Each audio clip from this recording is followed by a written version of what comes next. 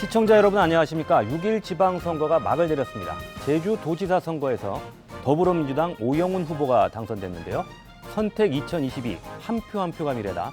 제주 MBC와 제주일보, 제주 CBS와 제주의 소리 등 제주 지역 언론 4사가 공동으로 기획해서 지난 지방선거 동안에 도민 여러분의 선택을 돕기 위해 각 후보들의 철학과 정책을 검증해봤습니다. 오늘은 오영훈 당선인을 모시고 제주 현안과 도정의 미래에 대한 이야기 나눠보겠습니다. 오영훈 제주도지사 당선인에게 듣는다. 지금부터 시작하겠습니다. 네, 그러면 제주특별자치도 도지사에 당선된 오영훈 당선인 나오셨습니다. 네, 안녕하십니까. 네, 오늘 이 자리에 함께 이야기 나눠주실 패널로 선택 2022 한 표 한 표가 미래다를 함께 기획해 주신 제주 지역 언론 4사의 보도 책임자들을 모셨습니다. 먼저 제주일보 김재범 편집국장 나오셨습니다. 안녕하십니까. 네, 다음은 제주의 소리 김봉현 편집국장 나오셨습니다. 네, 안녕하십니까. 네, 제주 CBS 김대휘 보도 제작국장 나오셨습니다. 네, 안녕하십니까. 네, 오영훈 당선인 먼저 당선 축하드리고요. 네, 네. 간단하게 소감 한 말씀 해주시죠. 네, 존경하는 제주도민 여러분, 지난 지방선거에서 큰 승리를 안겨주신 데 대해서 이 자리를 빌어 다시 한번 고마운 말씀드립니다. 제주가 매우 어려운 상황입니다. 마이너스 경제 성장이 이어지고 있고 청년 실업은 가중되고 있습니다. 우선 이 문제를 해결하기 위해서 민생경제 활력 대책 등을 통해서 지역 경제가 회복될 수 있도록 하는데 최선을 다해 나갈 생각입니다. 앞으로 제주의 새로운 미래 비전을 설계하고 정책 과제를 제시하는데 도민 여러분들의 공감대를 이뤄나가면서 일하겠다는 말씀드립니다. 많은 성원 부탁드리겠습니다. 네, 이번에는 제주 지역 주요 현안과 관련해서요. 패널 분들과 함께 이야기 나눠보겠습니다. 먼저 김재범 국장님께서 질문 준비하셨죠? 예. 네, 먼저 제주 제2공항과 관련된 질문을 드리겠습니다.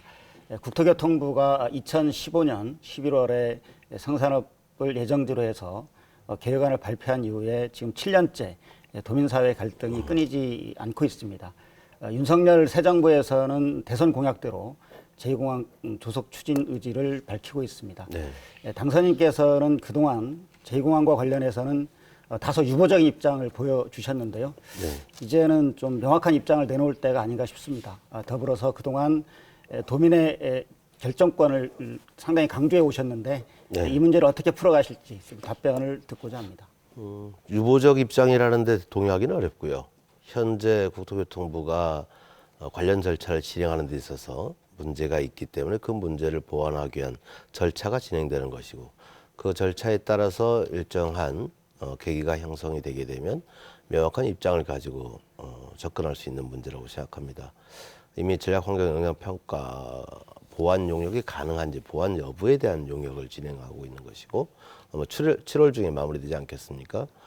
그렇게 되면 제2공항 문제를 어떤 방향으로 끌고 갈 수 있는지 국토교통부와 협의를 통해서 결정할 수 있는 사안이라고 보여지고요.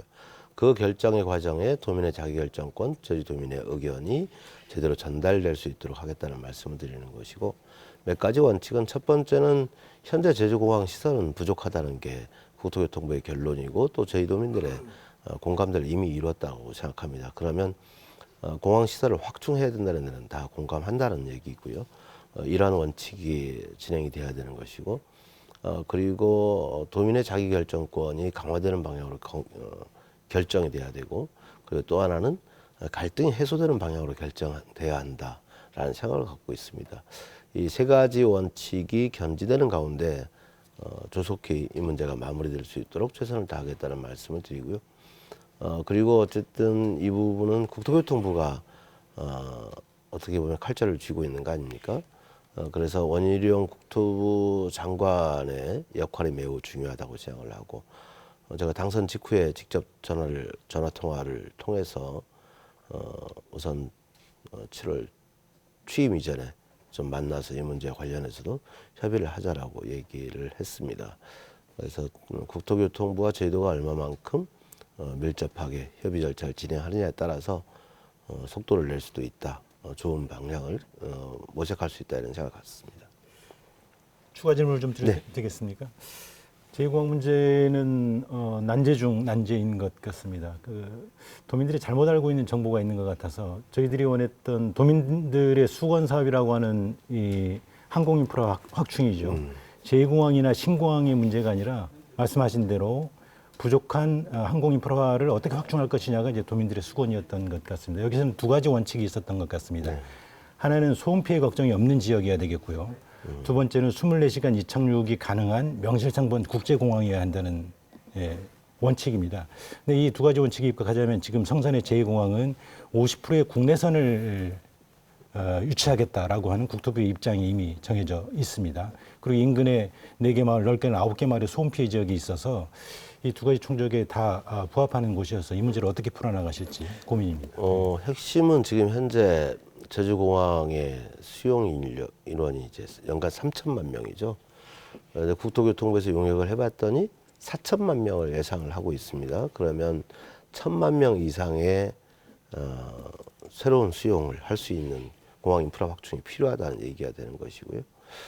그렇게 되면 꼭 단지 국내선, 국제선으로 명확하게 분리할 경우에는 이 비율을 나누기가 어려운 문제가 생길 수도 있다고 생각합니다. 그리고 또 추가적으로 관세와 관련된 또 입국 절차와 관련된 이런 부분들이 또 추가적으로 비용이 수반되기 때문에 상당히 어려운 문제가 생길 수 있다라고 생각되어지고, 만약에 그건 시설이 확충이 방향이 결정되게 되면 어떻게 배분할 것인지에 대한 고민이 필요할 것 같고요. 24시간 운영 체계에 대한 부분은 물론 이제 장기적으로 이제 국제공항 경우에 이제 그렇게 가는 게 맞습니다만은 항공 수요에 대한 판단을 다시 한번 해봐야 될 것 같습니다. 제가 볼 때는 인근 중국 그리고 일본 그리고 동남아를 대상으로 한 항공 수요 확충에도 또 나서야 될 텐데 시간 편차가 그렇게 크지 않는 상황임을 감안하게 되면 최소한의 시간으로 항공 공역대를 좀 설정하는 게 좀 필요하지 않을까 하는 생각이 듭니다. 그건 어느 지역에 하든 소음 피해는 저는 불가피한 측면이 있을 거라고 보여지고요. 그런 소음 피해를 저희 도민들이 최소한 영향을 받을 수 있도록 설계하는 게 필요하다는 생각을 갖습니다. 덧붙여서 네. 지방선거 막판에 네. 김포공항 이전 논란이 네. 불거졌지 않습니까? 네. 더불어민주당 이재명 국회의원 그리고 송영길 그리고 또 국민의힘 소속의 이기재 네네. 서울 양천구청장 당선인 공약도 네네. 있었습니다. 그래서 앞으로도 이 문제가 계속 불거질 수도 있을 텐데 어떻게 대응해 나가실 생각이십니까? 크게 불거질 이유는 없다고 보고요. 이미 더불어민주당이 중앙당 입장을 통해서 중앙당의 공약이 아니다라는 점을 분명히 했고, 그리고 또 제주도지사 당선인이라든가 또 김한규 보궐선거 국회의원 당선인 같은 생각을 갖고 있기 때문에 지방의 생각을 존중하는 방향으로 가야 된다는데 저는 이 일을 잘지는 않을 거라고 생각합니다. 다만 국토교통부가 김포공항 문제에 대해서 다른 생각을 갖게 되면 저는 문제가 있을 수 있다고 보는데요. 현재 상황에서는 그렇지 않기 때문에 크게 우려하지는 않으셔도 된다는 점 말씀드립니다. 제2공항은 찬반 도민을 떠나서 도민들이 원하는 것은 정보 공개 그리고 네네. 자기 결정권이 예. 를 요구하는 게 상당히 요구가 많습니다. 이 부분을 어떻게 진행할 수 있습니까? 정보 공개와 관련돼서는 어쨌든 문재인 정부 시절과 이제 그 이전 박근혜 정부 시절에 약간의 차이가 있을 것 같습니다. 문재인 정부 시절에 결정했던 주요 결정의 사항들은 어떤 보완 절차를 거나 의견 수렴 절차를 또 확대한다거나 이런 과정이었기 때문에 공개가 안 된 부분은 거의 없다고 보여지고요. 다만 박근혜 정부 당시에 이제 결정, 후보지 결정에 대한 부분이 명확하게 지금 제시되지 않았기 때문에 도민들이 우려가 있었던 게 저는 사실이라고 보여집니다. 앞으로는 어쨌든 제주도가 새로운 또 도정이 출범하게 되고 갈등 해소의 방점을 찍게 되기 때문에 정보 공개와 관련해서는 최대한 도민들의 알 권리 그리고 자기결정과 강화라는 측면에서 공개할 수 있는 건 다 공개해야 한다 이렇게 생각합니다. 네. 앞서 원희룡 국토교통부 장관 네네. 7월 초에 만날 거라고 말씀하셨는데요. 그 자리에서 어떤 제주도의 어떤 당선인 입장을 밝히실 계획이 있으신가요? 어떤 만남이 될까요? 이미 한 가지 문제만 가지고 얘기할 건 아니고요. 여러 가지 현안 문제에 대한 의견을 나눌 수 있는 기회가 되면 저는 더 좋겠다는 생각을 좀 갖고 있고요. 이미 제가 갖고 있는 해법에 대해서는 또 원희룡 장관도 알고 있는 부분이 아니겠습니까? 또 접근 방법 자체가 조금은 결이 다른 부분이 있기 때문에 서로 그 결이 다른 부분들을 확인하고 또 조율될 수 있는 여지가 있는지 뭐 이런 부분들을 확인해 나간다는 것만으로도 큰 진전이 있을 수 있다 생각합니다. 네, 다음은 4.3 관련된 네네. 질문 드리겠습니다. 당선인은 그 선거 기간 동안에 4.3의 완전한 해결이라는 말 대신에 네. 정의로운 해결이라는 말씀하셨더라고요. 네, 예. 4.3 특별법 개정으로 희생자 보상 그리고 수용인 재심의가 이루어지고 있습니다. 네. 4.3의 정의로운 해결 예. 어떤 정책으로 추진하실 계획이십니까? 문재인 대통령께서 이제 4.3 추념식에 오셔서 강조했던 게 이제 저희 도민들이 됐다 할 때까지 하겠습니다라는 표현을 쓰셨는데 저는 이게 완전한 해결을 하겠다는 의지의 표현이라고 한다면 근데 완전한 해결 부분적으로 진행이 되고 있죠. 근데 특히 제가 정의로운 해결이라고 말씀드린 것은 세계 어느 나라에서 국가 폭력의 문제에 대해서 이렇게 집단적으로 보상을 하고 개별 소송에 의한 보상이 아니라 집단적인 보상 국가가 결정해서 희생자의 신청을 받아서 드리는 거지 않습니까? 그리고 또한 직권재심이라는 제도를 도입해서 무죄 판결을 받을 수 있도록 국가가 나서서 검찰이 나서서 직권재심 추진단을 만들고 무죄 판결을 내리고 있단 말이에요. 이거는 세계 어느 나라에도 없는 거죠. 이건 과거사 문제 해결의 정의로운 해결의 모델을 제시해 준 것이고 그 정신, 그 의미를 우리는 되살려야 된다는 말씀을 드리는 것이고 그게 한 단계 더 나아가려면 저는 진상규명이 추가적으로 진행되는 가운데 당시 미군정의 책임이나 이런 부분에 대해서 좀 더 명확히 밝혀질 필요가 있다. 그래야 그 사건의 성격을 명확히 할 수 있는 것이고 그러면 우리가 일종의 이름을 붙일 수 있는 것, 정명을 할 수 있는 단계까지 가는 게 정의로운 해결의 완성이다. 저는 그렇게 생각합니다. 예, 4.3의 정명을 4.3의 정의로운 해결의 마지막 단계로 네네. 평가를 하고 계십니다. 정명이라 하면 이제 올바른 이름을 세우는 것인데 그렇죠. 예. 그 이름에는 4.3의 성격 네네. 또 4.3에 대한 역사적 평가가 담겨야 될 것 같습니다. 네네. 4.3의 해결 또 진상규명에 애써오신 희생자 유족 그리고 4.3 관련 단체들 내부에서 검토되어 온 혹시 4.3의 정명 네. 어떤 리스트들이 있겠습니까? 글쎄요, 그 정명을 제가 먼저 말씀드리는 거는 좀 적절치 않다라고 보여지고요. 우선은 제가 추가적인 진상규명이 필요하다는 얘기는 사건의 그 성격과 의미가 제대로 좀 그 우리 현재 또는 과거 미래의 후세들에게 알리기 위해서는 정확하게 그 진상을 규명을 해야만이 우리가 분명한 실체적 접근을 통해서 의미부여를 할 수 있는 거죠. 근데 아직 그 의미부여의 단계에 가기에는 모자란 점이 있다고 저는 생각을 하는 것이고 이미 이제 학계에서도 미국의 책임 문제에 대한 접근이 있었고 작년에나마 4.3 유족회에서도 미국에 가서 이제 그런 진상규명 촉구 운동을 또 벌인 것으로 알고 있는데요.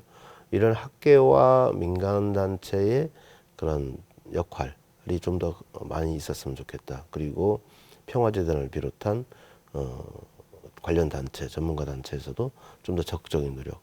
저는 그런 적극적인 노력을 지방정부 차원에서 좀 뒷받침하면서 가는 것이 맞다라고 보여지고요. 저는 대한민국 국익을 위해서 또 필요한 접근이다 생각합니다.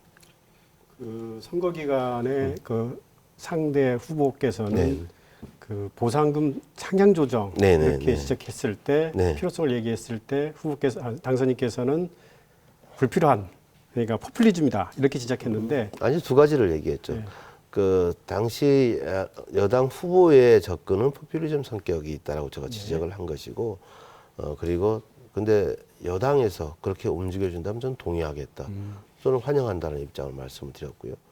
윤석열 정부가 만약에 그런 입장을 견지한다면 마다할 이유가 없죠. 그런데 제가 포퓰리즘이라고 얘기한 것은 그 액수가 정해지기까지 과정에 대한 이해가 부족하고 그리고 여야 합의의 과정에 대한 이해가 부족한 것, 또 4.3 유족회의 관련 회의체의 결정사항 등을 모두 다 부정하는 방식으로 이야기하는 것이 포퓰리즘적 접근 방식이다. 이렇게 주장했던 것이기 때문에 앞으로도 여당이 나선다면 저희 지방정부 차원에서는 적극적으로 환영하고 뒷받침하겠다는 말씀드립니다. 예, 기대가 큽니다. 그 제주 4.3 사건이 처음 발발할 당시에 네. 그 지도부에 대한 평가 그리고 또 그 4.3 발발 이후에 양민학사를 둘러싼 군 수뇌부에 대한 평가가 네, 네, 좀 네. 엇갈리고 있습니다. 그래서 네. 최근에 일부에서는 당시 군 수뇌부의 서운을 박탈해야 하지 않느냐 이런 의견까지도 제시되고 있는데 이런 갈등들을 어떻게 풀어나가실지 좀 궁금합니다. 제주 4.3의 가장 큰 의미는 저는 화해와 상생이라고 저는 생각을 합니다. 이미 4.3 진상규명이 완료되지 않은 상황에서 명예회복에 대한 법적 절차가 완료되지 않은 상황에서 이미 4.3 단체와 4.3 유족회와 일종의 가해자의 한 측면이라고 볼 수 있는 경찰, 경호회가 손을 잡고 함께 공동 행사를 하고 함께 참배 행사를 하는 이런 모습을 보여드렸거든요. 그것은 국가적으로 보면 대단히 큰 의미가 있는 거죠. 우리 과거사 문제에 발생했던 이런 일들의 화해와 상생의 정신으로 승화시켜 나가는 이 제주도민의 위대한 역할에 대한 국가적 저는 평가가 있고 있다라고 저는 생각이 되고 그런 것들이 있었기 때문에 저는 4.3 보상 문제도 해결될 수 있는 여건이 마련됐다라고 생각을 합니다. 그런 화해와 상생의 정신에 입각해서 서원 박탈 문제 이런 부분에 대해서는 과도하게 접근하는 것은 저는 그 정신에 맞지 않다 생각합니다. 예, 당선인께서는 지역구 도의원으로 정치 활동을 시작하셨습니다. 지역구 국회의원을 거쳐서 이제 제주도지사에 당선이 되셨습니다. 그래서인지 이제 풀뿌리 지역 정치인이라고 하는 평가를 얻고 계십니다. 2006년 특별자치도 출범을 하면서 기초자치단체가 폐지가 되었습니다. 그 때문에 제왕적 도지사의 출연이다. 뭐 여러 가지 이런 뭐 풀뿌리 민주주의 훼손이다 평가들이 있었습니다. 이번 지방선거에 임하시면서 제주형 기초자치단체 도입을 핵심 공약으로 제시하셨습니다. 구체적으로 다음 지방선거까지 어떤 로드맵을 밟아가실지 궁금합니다. 우선은 지금 제가 국회의원을 사직하기 전에 대표 발의했던 게 이제 저희 특별자치 특별법 개정안인데 거기에 이제 그 기관 구성의 형태를 달리할 수 있다라는 것은 기존에 이미 반영이 돼 있었고 그것을 따로 정하는 법률에 따라 할 수 있도록 그 문항이 돼 있습니다. 그래서 그 따로 정하는 법률이 없기 때문에 이걸 할 수가 없었던 거죠. 현재는. 그래서 그 따로 정하는 법률을 제가 개정안에 담은 것이고 도의회 동의를 얻어서 주민투표를 통해서 결정할 수 있도록 그 관련 조항을 넣은 거죠. 그 법안이 빨리 통과돼야 되는 것이고요. 저는 올해 중에 통과될 수 있기를 희망한다는 점 말씀드리고 또 그 통과 여건이 저는 더 좋아진 게 이제 강원특별자치도 추진이 됐기 때문에 그걸 반대할 명분이 없죠 이제는. 그리고 우리는 이미 지방자치법 전면 개정을 통해서 특별자치도가 누리고 있던 여러 가지 혜택들을 다 풀어버린 거나 마찬가지 아닙니까? 이런 상황이기 때문에 중앙정부가 아니면 또 다른 지방정부가 이걸 막을 이유는 없어졌다라고 생각을 하기 때문에 그 법이 통과되고 나면 아니면 그 전에부터라도 이제 용역 등을 통해서 기관 구성의 형태를 어떻게 할 것인지 그 다음에 행정체제는 몇 개로 할 것인지에 대한 고민이 필요하고 그런 안들을 2년 내에 만들어낼 생각입니다. 그렇게 되면 2024년에 네. 주민투표를 할 수 있도록 준비를 해보겠다는 거죠. 그래야 2년 동안의 준비 과정을 거쳐서 2026년에는 지방선거에서 기초자치단체장을 선출할 수 있도록 해드려야 되는 거죠. 저는 충분히 가능하지 않을까 생각을 합니다. 그래서 도민들 그리고 정치계에서는 이제 그 안이 무엇인가 네. 그 안에 대한 궁금증도 많고 도지사의 생각이 어떨까 이게 참 궁금합니다.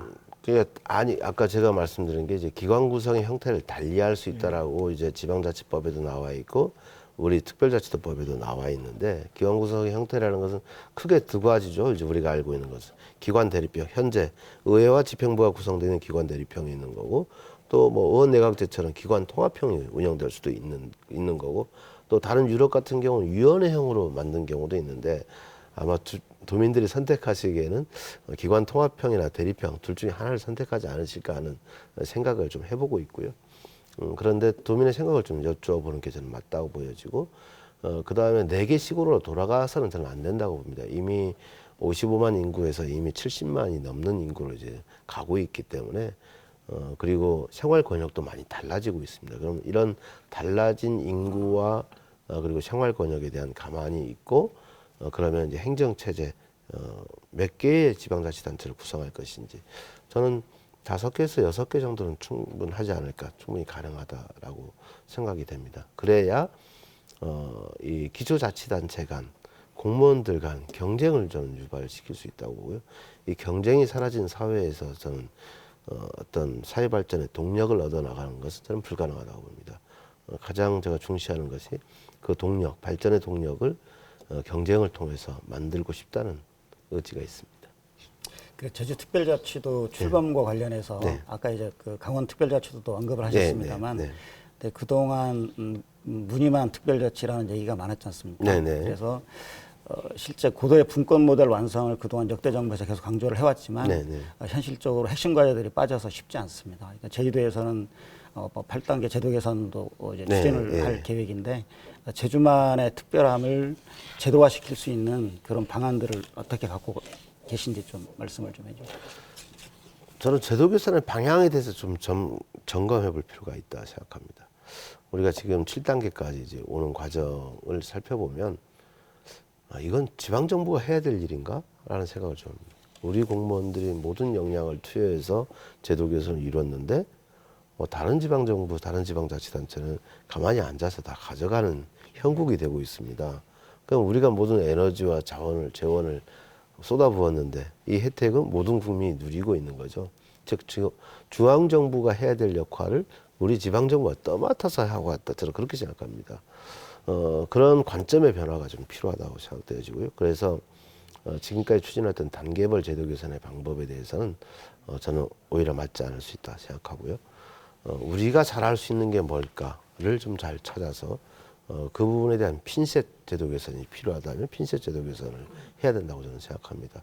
예를 들면 제주에 지금 포지티브 규제냐 네거티브 규제냐를 두고 이게 판단해 볼 수 있는데 진짜 네거티브 규제를 통해서 제주 경제를 도약시킬 수 있는 방법이 있다면 저는 핀셋 그 규제 통해서 만들어 볼 수도 있다 생각합니다. 그래서 그런 접근 방법 자체가 좀 달라야 될 것이고 그리고 저는 대한민국을 선도하는 제주가 될 수 있어야 된다고 보는데 그냥 어느 지역보다 좀 더 나은 이런 제도가 아니라 실제 발전을 견인할 수 있는 그런 제도가 뭐가 있을까 이것을 좀 찾아내서 끌고 가는 그런 역할을 저희도 할 필요가 있다고 생각합니다. 그래서 17개 시도에 하나 이런 생각 이제는 좀 버려야 된다 생각합니다. 네. 이번에는 제주국제자유도시에 대한 질문 드리겠습니다. 제주국제자유도시 개발센터 JDC가 20주년을 맞았는데요. 그동안 과연 JDC가 성공했는지 여기에 대해서는 논란이 있거든요. 그리고 네네. 제주도가 수립한 국제자유도시 종합계획에 대해서도 네, 논란이 네. 많았고 앞으로 이 국제자유도시 과연 도민을 위한 것인가 이 부분에 대한 그 질문이 끊이지가 않고 있는데 어떻게 추진해 나가실 계획인지 말씀해 주시죠. 국제 자유도시라는 개념이 없습니다. 전 세계적으로 이 인터내셔널 프리시티 뭐 이게 단어에도 사전에도 없는 말인데 우리가 만들어낸 법적 용어가 돼 버렸는데 바로 잡아야죠. 그리고 이 코로나 팬데믹이 주는 이 상황들을 우리가 고려했을 때 일단 전환의 시대가 돼버린 거지 않습니까? 무조건적인 국제 관계 또 어떤 교류 이게 아니라 자기 장점을 가진 이런 교류가 돼요. 자기 것을 가져서 교류가 돼야죠. 근데 우리는 풀이라고 생각을 하면 모든 것을 규제를 없애겠다고 뇌규제로 가겠다고 했던 거죠. 근데 이쪽 한쪽은 상대방은 갑옷을 입고 싸우는데 우리한테는 모든 옷을 벗고 싸우라는 얘기하고 똑같은 거죠. 그 선진국들이 지금까지 올라왔을 때 그 자리까지 가는 과정에서 그렇게 하지 않았지 않습니까? 오히려 개발도상국에 계속 옷을 벗기는 역할을 강요했죠. 그 강요가 지금도 그 국제자유도시라는 개념 속에 저는 녹혀 있다고 생각되어지고 그리고 신자유주의 정책 기조가 그대로 온전히 실현되는 방향으로 강자히 눌리죠. 그것은 저희도 같이 인구가 적고 또 자원이 한정된 이런 지역 지방정부에게 강요해서 저는 안 된다고 봅니다. 다만 우리가 필요한 것은 저는 국제적 수준의 도시라고 저는 생각을 하는데 그 구체적인 비전에 대해서는 충분한 논의 속에서 도민 공감대를 얻어서 어떤 법적인 용어를 새로 만들어냈으면 좋겠습니다. 뭐 그런 생각을 좀 갖고 있다는 점 말씀드리고요. 그렇다고 한다면 그 비전에 대한 조정이 필요한 것이고 새로운 모색이 필요한 것이면 제주도가 지금까지 만들었던 국제여유도시 종합계획도 전면적으로 수정이 불가피하다. 저는 그렇게 생각합니다. JDC 관련 내용이 좀 언급되어서 네네. 도민들의 관심사항 중에 하나가 이전 선거에서도 거론되었었습니다만 JDC의 제주도 이전 이관 문제. 네네. 뭐 이번 선거에서는 상대적으로 좀 이 현안이 좀 잘 드러나지 않았었는데 혹시 이제 당선인께서 구상하고 계신 JDC 이관 문제에 관한 생각이 있으신지요? 우선은 지금 현재 선도 프로젝트가 지금 마무리가 안 된 게 있습니다. 뭐 헬스케어 타운이라든가 LA 그 휴양용 주거단지 문제 이게 마무리를 빨리 좀 해야 되는 상황이고요. 이게 마무리되는 게 저는 JDC의 가장 큰 급한 불이다 이렇게 생각하고 제주도가 JDC와 협력을 해서 이 문제를 좀 빨리 풀어내는 것. 그리고 나서 JDC 위상에 대한 재점검에 들어가야 한다고 생각합니다. 저도 미래지원청이라는 그 일종의 화두를 던졌는데요. 윤석열 당선 대통령께서 후보 시절에 약속했던 게 이제 관광청인데 관광청은 또 예를 들어서 문체부 산하의 일종의 그 외청의 이제 기능 역할을 하게 되는데 지금은 국토교통부 산하의 이제 공기관으로서 JDC가 있는 것이고 어쨌든 다 한계가 있을 수밖에 없다. 그런데 국무총리실 산하에 지원위원회가 있는데 국무총리실의 오히려 외청 형식 아직은 그런 법적 근거가 없습니다만 그걸 만들어서라도 특정 한 개 부처의 외청이 되는 게 아니라 우리가 도움을 받아야 될 것은 산자부, 예를 들어서 과학기술부, 뭐 중소벤처기업부 이런 부처 미래지향, 미래산업을 끌고 나갈 수 있는 이런 도움을 받아야 되거든요. 그러니까 그런 도움을 받을 수 있는 구조로 만드는 게 저는 맞다라고 보여지고 그렇게 되면 JDC가 갖고 있는 뭐 예를 들어서 내국인 면세점이라든가 이런 부분들은 제대로 이관을 해도 저는 충분하지 않겠나 생각을 좀 해보고 있는 것이고요. 진단 작업과 좀 법률적 검토를 좀 더 진행해 보고 나서 JDC와 함께 이 문제에 대해서 협의할 생각이라는 점 말씀드립니다. 네. 그러면 이번에는 그 당선인의 공약과 관련해서 이야기 나눠보겠습니다. 당선인께서 제시하신 공약에 대해서 패널 분들께서 질문 준비하셨는데요. 먼저 김재범 국장님 질문해 주시죠. 네, 당선인께서는 그 네. 상장기업 20개 만들기 프로젝트를 네, 공약을 하셨습니다. 네. 제주의 경제 활성화 그리고 양질의 일자리 창출을 목적으로 한 것으로 보입니다. 네. 하지만 기업을 상장하기 위해서는 조건이 상당히 까다롭고 네. 그리고 상장기업 위치에만 목을 매달 경우에는 또 다른 기업과의 또 지원 형평성 논란도 네, 또 네. 불거질 수 있다고 봅니다. 이에 대해서 구체적으로 공약을 어떻게 실현해 나갈 것인지 궁금합니다. 제가 상장기업 육성 유치를 말씀드렸는데 뭐 특별한 혜택과 지원을 마구 할 것이라는 생각 저는 없습니다. 그거는 변화된 경제 생태계의 변화를 제대로 읽어내고 그리고 거기에다가 지금까지 지원해줬던 정책을 좀 정리를 해서 조금 더 뒷받침하면 저는 될 문제라고 좀 보여지는데 예를 들면 이런 거죠. 오케이션과 관련돼서 많은 고민들이 있고 많은 이제 흐름들이 형성이 되고 있는데 수도권에 있는 20, 30대 직장인들이 롤 모델이 뭐냐면 바다를 보면서 일하고 싶은 거죠. 그래서 오케이션 센터가 많이 지금 세워지고 있는데 그런 겁니다.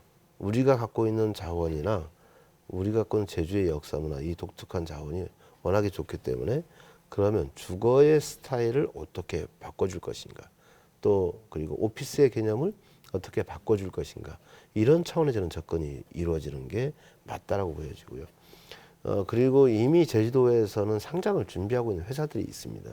제가 직접 만나봤던 농업회사 법인도 상장을 준비하고 있고 방송 콘텐츠 부분에 준비하고 있는 회사도 있고 또 게임 산업을 또 상장을 준비하는 회사도 있고 제가 간단히 어림잡아도 이제 5개, 6개 업체는 이미 상장을 생각하고 있는 업체가 있는 것이고 그럼 우리 향토 기업들이 저는 육성되는 게 가장 좋은 것이고요.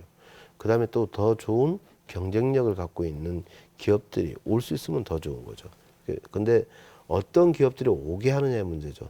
전략 산업에 대한 명확한 이해가 필요하고 그다음에 그 전략 산업을 육성할 수 있는 시스템이 마련되는 가운데 저는 외국 기업도 유치할 수 있어야 된다고 봅니다. 그래서 우리가 기존에는 중국 같은 경우에 이제 부동산 투자 이민제도 뭐 이렇게 했는데 부동산을 투자했다고 우리가 이민제도를 비자를 이제 발급하는 이거 이 시대는 이미 끝난 거 아닌가요? 그래서 새로운 기술을 가지고 왔을 때 최근에 뭐 중국만 해도 AI라든가 이제 또 전기차 분야라든가 그 인공지능 분야에서 상당히 그 역할을 크게 하고 있잖아요. 그런 기술을 가진 회사가 올 수 있다면 저희들은 환영할 거죠. 그래서 우리의 산업 파이 자체를 키울 수 있고 우리의 기존의 향토 기업들의 경쟁력을 키울 수 있는 방향으로 전략 산업에 대한 육성이 돼야 되고 그것은 최소한 상장 기업이라는 여건을 맞추게 되면 참 좋겠다는 거죠. 그런 목표를 세우고 한번 저는 충분히 시도해 볼 만하다고 보여지는 거고 그러면 4천만 원 이상 연봉 4천만 원 이상의 일자리가 제공될 수 있는 기반이 마련될 수 있다 생각합니다. 그 민주당 네. 그 도지사 후보 경선 당시에 네네. 그 상대 후보가 제시한 내용인데요. 네네. 제주의 대표 공기업 그 제주개발공사 네. 그 3다수 지분 49%를 네.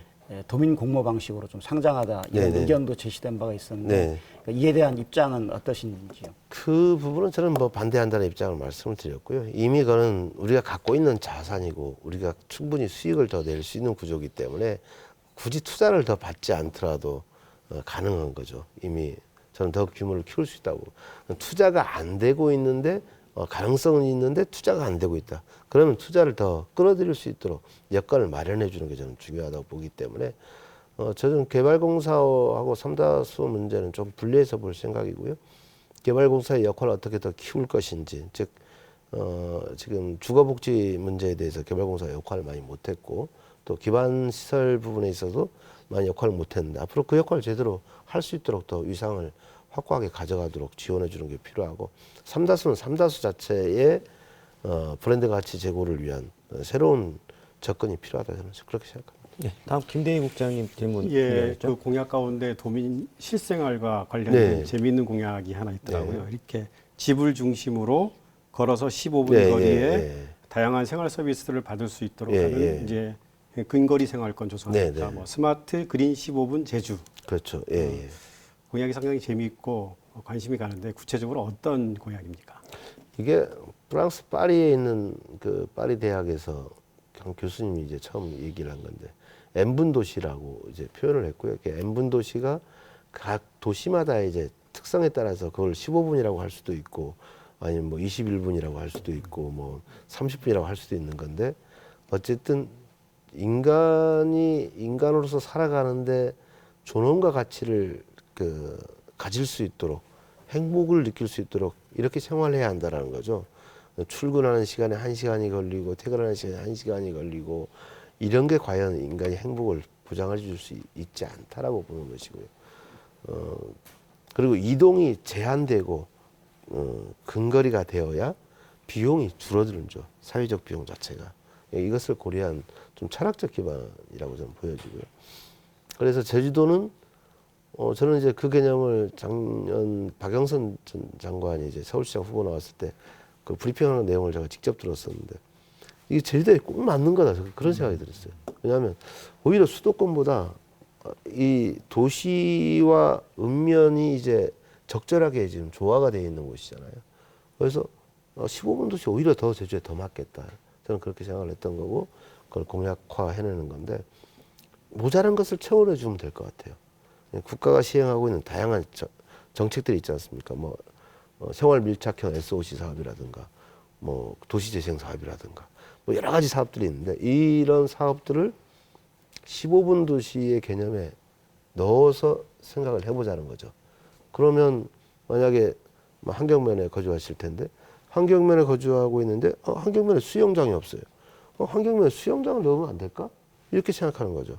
그 다음에 환경면에 다른 의료시설이 없어요. 그러면 우리가 추진하고 있는 그 민관 협력의원제도 이거를 통해서 병원을 좀 넣어서 최소한 의료 서비스를 받을 수 있도록 하면 되지 않을까?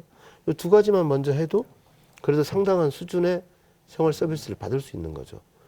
그렇게 생각을 하면 환경면에 있는 분이 제주시에 굳이 오지 않아도 되게끔 만들어줘야 되는 거죠. 그러면 교통 체증도 줄어들게 되는 거죠. 거기서 오는 과정에서 들어가는 비용이 차감되는 거죠. 그런 생각을 좀 해보면 너무 재미있게 좀 설계가 될 수 있지 않을까 하는 생각을 해보고 있습니다. 그 생활 서비스를 말씀하실 때 이제 언뜻 떠오르는 게 지금 기존에 있던 버스 문제입니다. 네네. 버스가 이제 저희 예산으로 1년에 1,000억 정도 들어가면서 예. 공공 서비스인지 민간 서비스인지 예, 헷갈릴 예, 정도로 예, 예. 어설픈 제도가 되어 있어서 그런데 예산은 과도하게 투입되고 있다는 지적이 있는데 그렇죠. 버스 어떻게 하실 생각이십니까? 버스의 가장 핵심은 저는 그 이동의 편의를 보장해 줘야 되는 건데 과연 그 이동의 편의를 보장해 주고 있는가에 대한 검토가 좀 필요하다고 보여지고요. 그다음에 그 교통 체증과 관련된 문제인데 도심권에서의 교통 체증의 문제입니다. 저는 구체적으로 보면 구제주와 신제주 권역의 교통 체증이 가장 심한데 출퇴근 시간 벌써 1시간 가까이 소요가 되는 거 아닙니까? 1시간 이상이 걸릴 때도 있는데 이 문제를 어떻게 해결해 줄 것인가가 가장 먼저 고민해야 될 지점인데 우리는 지난번에 버스 중공영제 하면서 먼 거리에 있는 사람이든 작은 거리에 가까운 거리에 있는 사람이든 똑같이 적용을 해버린 거예요. 똑같은 비용으로 먼 거리든 큰 거리든 이용할 수 있게 만들어 버린 거죠.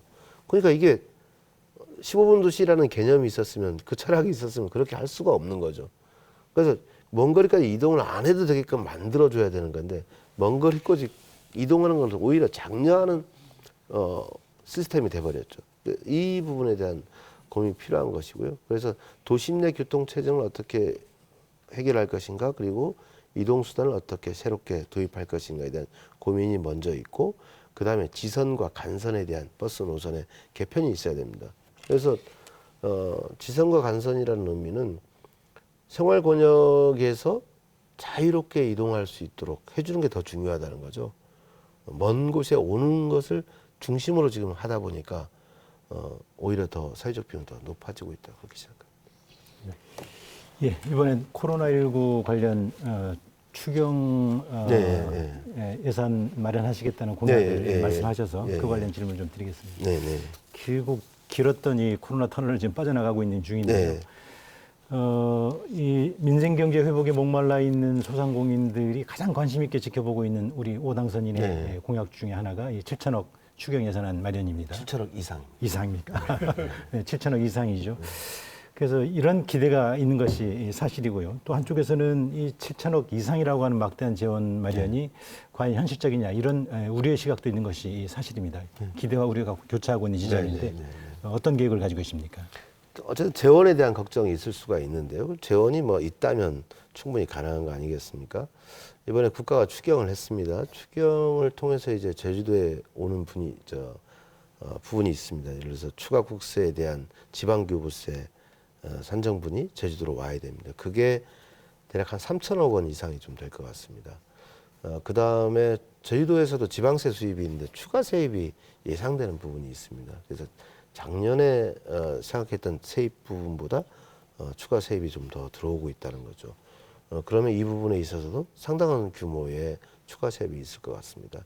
그 다음에 세계 잉여금이 좀 있습니다. 아직 산정하지 않은 이런 부분이고 그 다음에 할 수 있는 게 어쨌든 지난 도정에서 2022년도 예산을 편성한 것이기 때문에 그 부분에서 불효불급한 예산을 좀 정리할 필요가 있습니다. 그래서 삭감할 건 좀 더 삭감해야 되고 또 증액할 건 증액해야 되고 이런 재원들을 하면 저는 7천억 원은 충분히 나온다고 보고 있어서 크게 걱정할 부분은 아니다. 그래서 지방채를 발행하거나 이러지 않아도 재원 마련에 큰 어려움이 없다라고 생각하고 7천억 이상 충분하다 이렇게 판단하고 있습니다. 그러면 7천억 이상의 재원이 마련됐으면 지금 정부도 소상공인들을 위해서 지금 지원 정책을 꾸준히 펴고 있습니다만 받으신 분과 못 받으신 분 이 경계사에서 불만들이 나오고 있습니다. 이 7천억이라고 하는 막대한 추경 예산을 어떻게 소상공인들에게 또 지역 경제를 활성화하는데 어떻게 분배할 것인지 계획도 중요할 것 같습니다. 일단 지금 저희도 그 관련 자료가 아직 내려오질 않았습니다. 그래서 내려오는 대로 그 세부적인 그 파악을 좀 해봐야 될 텐데 그 경계 사각지대에 있는 분들 저는 보호하는 게 지방 정부의 역할이라고 보여지고요. 예를 들면 문화예술 종사자 분들에 대한 그게 정확하게 반영이 되어 있는지, 아니면 우리가 관광업에 종사하시는 분 중에 일종의 프리랜서 분들이 많이 적용이 다 되어 있는지 체크를 할 것이고요. 뭐 요양보호사라든가 우리 사회 현장에서 역할을 해주시는 이 분들에게 충분히 가고 있는지 체크를 해야 될 것이고, 이런 부분에 대한 판단이 먼저 있어야 될 것이고요. 그 다음에 1차 산업 종사자 분들에게도 우리는 좀 비율이 높기 때문에 고려가 있어야 한다 저는 생각을 합니다. 그래서 또 이제 추석이 이제 다가올 텐데, 추석을 대비해서 택배비를 적극적으로 좀 지원을 해서 지역경제 활성화에 좀 더 기여를 해야 된다, 이런 고민도 있고요. 저는 다양하게 할 수 있다라고 저는 생각합니다. 예. 시간이 어느새 많이 지나서요. 마지막으로 그 앞으로의 행보와 도정 운영 계획에 대한 질문 드리고 마무리해야 되겠습니다. 지금 제주 도청 안팎이 네. 좀 술렁인다는 이야기가 많아요. 왜냐하면은 민주당 출신 도지사가 20년 만에 탄생했거든요. 그래서 도정 운영 방향도 많이 바뀔 것 같고, 특히 인사 정책도 달라지지 않겠냐는 네. 관측들이 많은데, 앞으로 제주 도정 운영 방향, 인사는 지금 행정시장 인선부터 해서 네. 공공기관장들은 어떻게 거치가 될 것인지 궁금해하시는 분들이 많거든요. 어떻게 구상하고 계신지 밝혀주시죠. 기관장과 관련해서는 저는 뭐 새 도정이 출발하면 또 새 도정의 인사 원칙 내는 또 도정 운영의 방침에 따라서 적절한 새로운 흐름이 형성돼야 한다는 게 저는 기본적인 생각이라는 점 말씀드리고요. 인사와 관련해서는 저는 능력 중심으로 일관되게 갈 필요가 있다고 생각합니다. 이미 인수위 구성 단계에서부터 그런 메시지를 제가 드리고 있고, 향후 인선 과정에서도 그게 관철될 수 있도록 최선의 노력을 다할 생각입니다. 능력 중심을 말씀하실 때마다 사람들은 궁금하는 게 예. 평가를 어떻게 하실 건가, 평가 기준은 또 무엇인가, 이런 게 네. 누가 어떻게 평가하실까, 네. 이런 거에 대한 관심이 많고, 네네. 그래서 누가 됐네 안 됐네 이래 네네, 대한 갈문을박이 있는 것 같습니다. 네네. 평가 기준이라든가 이런 거 있을까요? 어떻습니까? 아직은 뭐 평가 기준이라고 명확하게 정리되어 있는 건 없고요.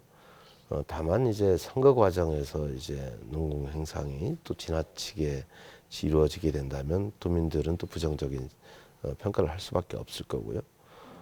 그리고 또 도청 인사 뭐 과정에서도 이제 아마 그 도청 인사를 잘 하고 못 하고는 제일 잘 아시는 분들이 공무원 분들일 거예요. 그 가장 옆에서 보셨던 분들이 평가가 제일 정확하겠죠. 그런 부분들을 잘 감안한 평가가 있게 될 것이고, 저의 개인적인 어떤 사견이나 입장보다는 공적인 영역에서 판단하시는 분들의 그런 판단을 존중해 나갈 생각입니다.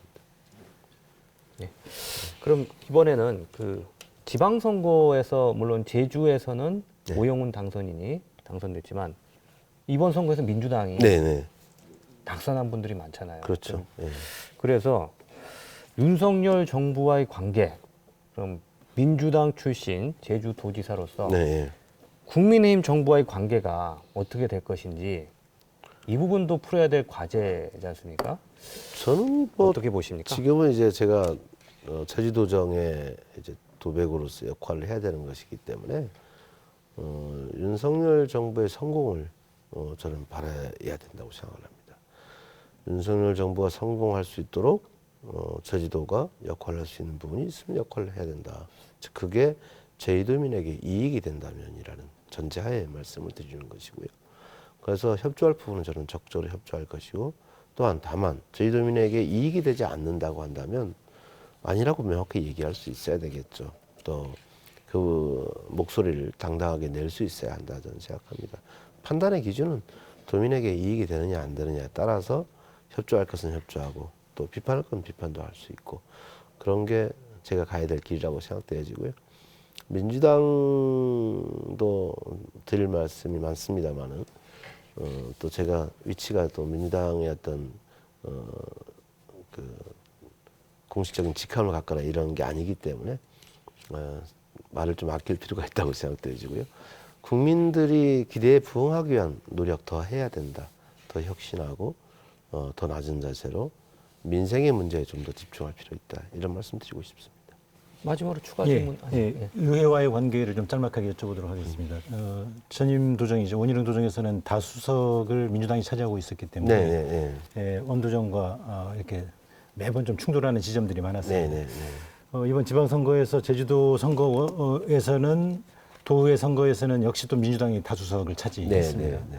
민주당 도지사로서 민주당이 다수석을 차지한 의회와의 관계가 과거 전임 정부보다는 좀 더 원활하고 매끄러울 것으로 보여지는데 의회의 관계 어떻게 꾸려나가실 생각이신지? 일단은 이번에 그 선거 과정에서 이제 도지사든 도의원들에게 민주당에게 많이 준 것은 저는 지난 도정에 대한 평가, 그 도의회에 대한 평가가 도민들께서 있으셨다 이렇게 좀 보고 싶고요. 그래서 도정과 도의회가 좀 원활하게 협조 관계를 구축하면서 제대로 일을 좀 해달라, 성과를 내달라, 뭐 이런 명령 아니겠습니까?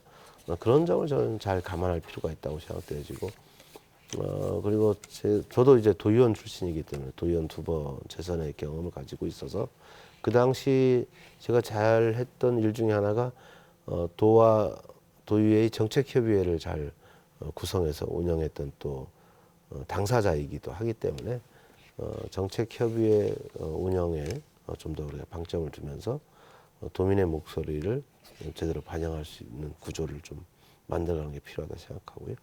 크게 걱정하고 있지는 않습니다. 예. 마지막으로 그 도민들에게 한 말씀 간략하게 해주시죠. 네, 존경하는 저희 도민 여러분, 다시 한번 이번 지방선거에서 큰 승리를 해주시게 한 데 대해서 고마운 말씀드립니다. 어깨가 무겁습니다. 여러분이 기대에 부응할 수 있도록 최선의 노력을 다하겠습니다. 다 함께 제주의 미래를 향해서 나갈 수 있도록 최선의 노력 다하겠습니다. 감사합니다. 네, 오늘 말씀 고맙습니다.